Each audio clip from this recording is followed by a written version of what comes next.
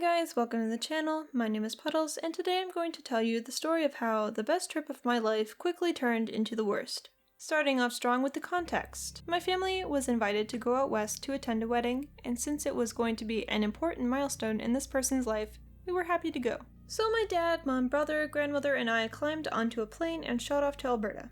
But being the smart child I was, I had watched Mayday before we got on the plane, so the entire time I could not relax because I kept thinking the plane would explode. Important sidebar, I fear heights, and was sitting with my grandmother who slept most of the plane ride, so it was a high anxiety time. Aside from some turbulence and the plane going sideways for part of the flight, all was well. When we got to Alberta, it was scorching hot, and there wasn't much to do aside from going to parks and other tourist attractions. So we went to the water park that was inside of this mall. All I remember from this is that it was a wave pool, and my cousins tricked me into believing that the way that they caused the waves in the pool was because they had a captive shark that thrashed around in a cage. I don't know, it was dumb, but I believed them. So water park was fun, 5 out of 10, don't go there, there are sharks. We also went to a dinosaur museum, so that was cool, lots of bones.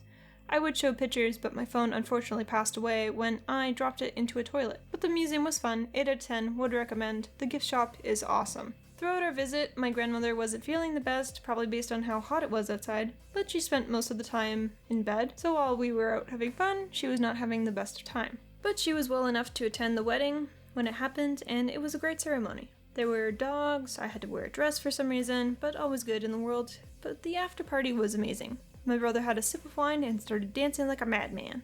All the women there wanted to dance with him. My brother and I got to play video games and with Lego, had time to explore the neighborhood, enjoyed melting and getting a sunburn. But soon, the fun vacation was over, and I gotta say, it was a good time overall until we got home. Keep in mind that this is Canadian summer, so it's boiling out. When our plane landed back in our own province, we slowly made our way out of the plane. I was walking with my grandmother and my mom, dad, brother walked out before us because we were walking at a snail's pace off the plane. So being smart, my grandmother and I started walking on the left side so the flow of traffic was not impaired. Another important sidebar, for consistency purposes, this is based on my memory of events, so some things may be skewed depending on who is retelling the story. This is solely based on my perception of events. Okay, continuing on. I was excited that our plane had not crashed and burned after another session of watching Mayday, so I was hopping and skipping, full of life and happiness. And then I turned around and watched as my grandmother collapsed, smashing her face off the handlebar on the wall and flipping onto her back, gasping for air. Instant panic mode. I rushed over to see if there was anything I could do. Obviously not. All my first aid training flew out the window. I looked at all the passengers who just walked by, not caring, whispering to one another as they kept walking. I begged for someone to help, but bystanders will be bystanders. Once the passengers left the flight, attendants finally came off the plane and allowed me to go find my mother and dad. Of course, they were wondering where I was. When I came running out to them, the only words I remember saying to them is "Nanny collapsed," and ran back in. We noticed that the little ramp that lets you board the plane was hot as hell, so maybe the heat was what caused my grandmother's fall.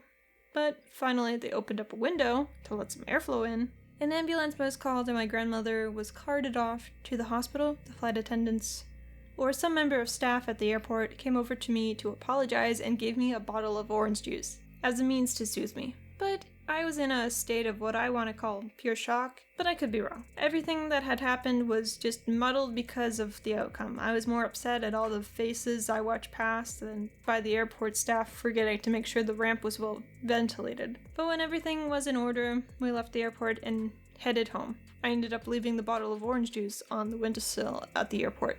As for my grandmother, she apparently had a heart attack and had to stay in the hospital for a long period of time.